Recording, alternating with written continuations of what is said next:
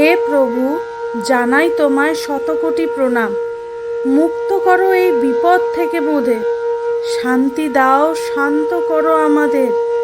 শোনা যায় শুধু অভাব পড়েছে খাওয়া দাওয়ায়, সবার সব ঘুচেছে চাওয়া পাওয়া। চাওয়া পাওয়ার মধ্যে যেমন পার্থক্য আছে, চাইলে যে পাওয়া যায় সেটা নিয়ে কিছু সন্দেহ আছে।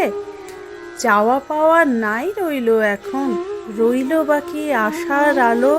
সব কিছু যে ঠিক হবে কখন, নেই নেই করে আছে গৃহে অনেক কিছু, থাকলে পরেও বাকি লাগে যে সব কিছু। করোনা প্রকোপে স্তব্ধ হয়ে বন্ধ হলো সব, চারিদিকে সব ওলট পালট, চারপাশে শুধু সব। বাড়ির মেয়েটি চাইছে যখন কিছু, আমি বললাম শেষ হয়েছে যে সব কিছু। মেয়েটি বললে, মা, যাবো যে কবে ঘুরতে আবার, শুধু মনে পড়ে আগের কথা বারবার।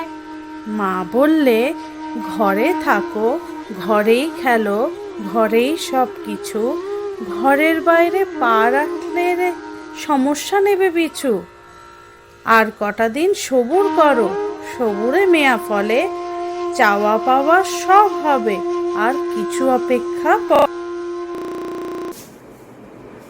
হ্যাপি বার্থডে মামা। Thank you. তাহলে আজকে কি প্ল্যান? আজকে আবার কি প্ল্যান?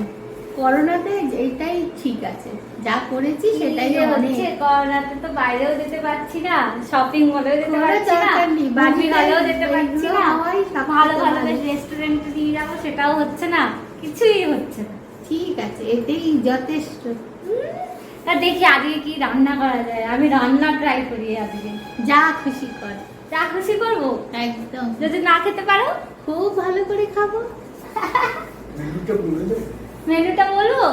আচ্ছা, চয়েস আছে তোমার কাছে, কি কি খাবে? রসমালাই না ছানার পায়েস না ক্ষীর, কি খাবে? চিকেন 65, 65 আছে, তারপরে মাটন কষা, পোলাও, পানিপুরি fried भी rice, है। পানিপুরি, সিলে হাত ফিরিয়ে গেল। আর ওই কি? যা বাহ। তুই যেটা করবি সেটাই খাও। ঠিক আছে, ঠিক আছে, ডান। Done.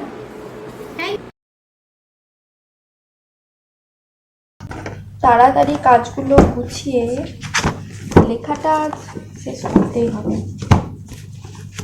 না, আজই জমা দিতে হবে প্রকাশকের কাছে, না দিলে ওনার আর শান্তি নেই।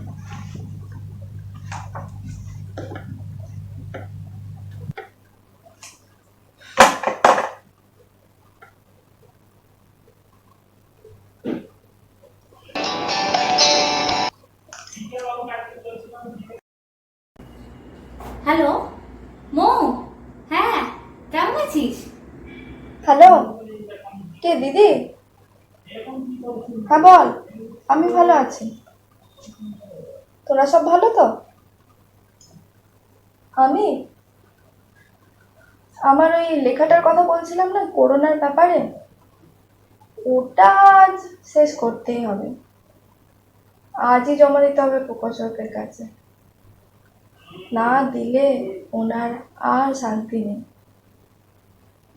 যা বলেছিস, কাজের ভীষণ চাপ, তার উপরে ওই লেখা যে কি করে ওনার কাছে পৌঁছায়।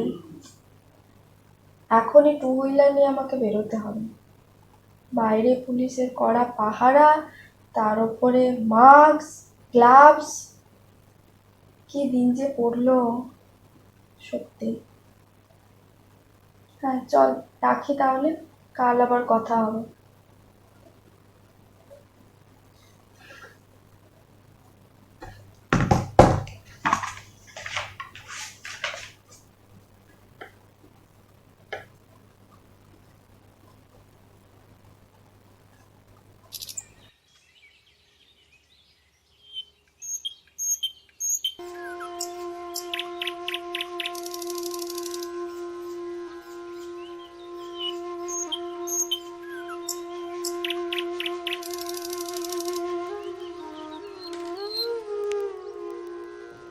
করোনা মানুষের জীবনে প্রথম আবির্ভাব।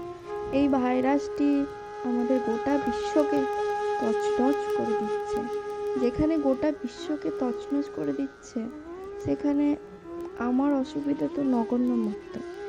এর থেকে বেশি অসুবিধে সেই সমাজের সেই মানুষগুলো দিন আনে দিন খায়, তারা তো লড়াই করে চলেছে এই জন্য যে একদিন সব ঠিক হবে, আর নতুন সূর্য উঠবে। সেই সূর্যতে থাকবে না আর মানুষের মধ্যে মানুষের দূরত্ব।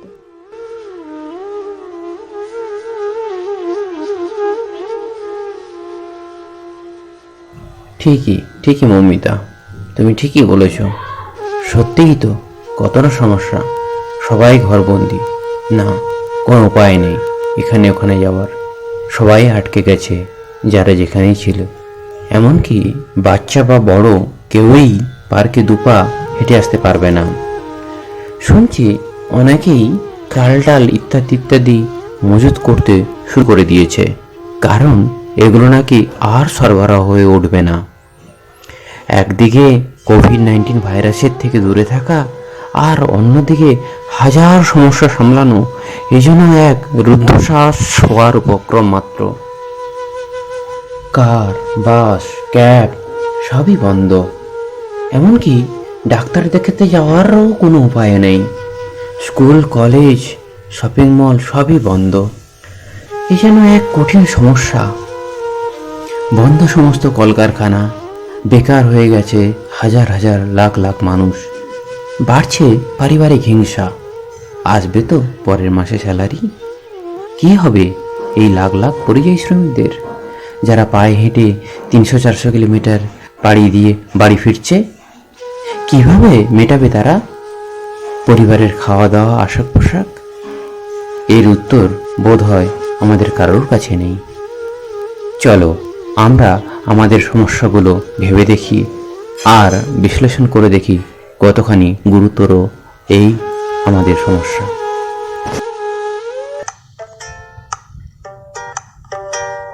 মন ভালো নেই তাই গাই গান, মন ভালো হয় যাতে নিজেকে শোনাই সে গান, সকাল সন্ধে রাতে।